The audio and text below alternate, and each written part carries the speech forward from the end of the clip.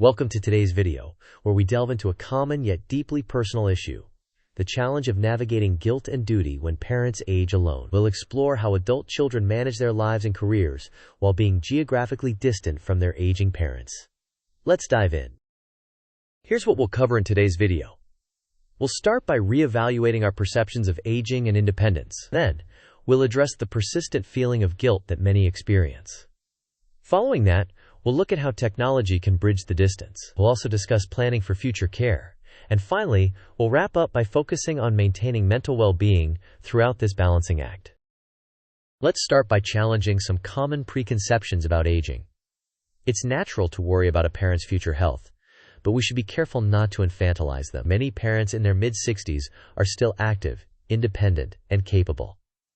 Harboring extreme guilt over not being constantly there can border on ageism. Most parents want their children to pursue fulfilling lives and success. This is often their primary measure of success.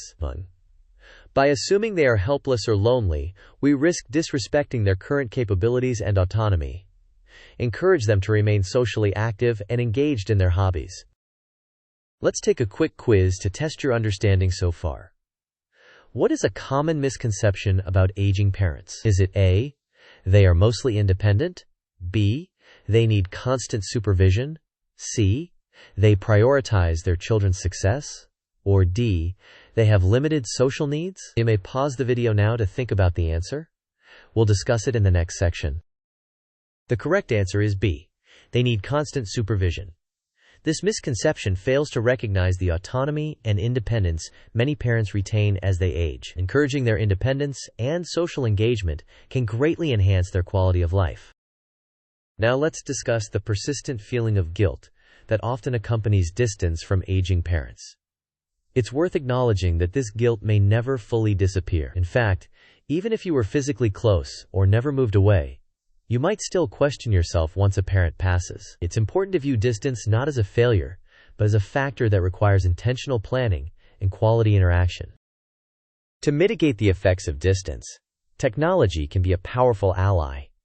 Move beyond brief weekly phone calls to create meaningful connections. Scheduling virtual activities like sharing meals over video calls or watching movies together can replicate the feeling of shared presence. In-depth video chats allow you to better assess their mental and physical state, supporting a more engaged and interactive relationship. One key aspect of managing long-distance relationships with parents is planning for future care. Fear of being unprepared during a health crisis can be daunting. Address this proactively by having open discussions about end-of-life preferences and potential care needs. Discuss whether they are open to moving in with you or prefer professional care facilities. Preparing a flexible long-term plan transforms a paralyzing fear into a manageable strategy.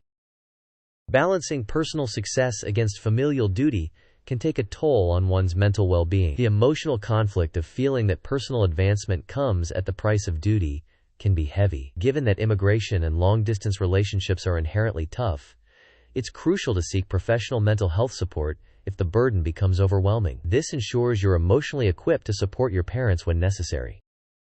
Here's a flowchart outlining the technology solutions for maintaining quality connections over long distances. At the start, we have the individual, who can use video calls for open dialogue or scheduled virtual activities like watching movies or sharing meals over video calls with parents. The goal is to bridge the geographical gap and maintain a strong family bond.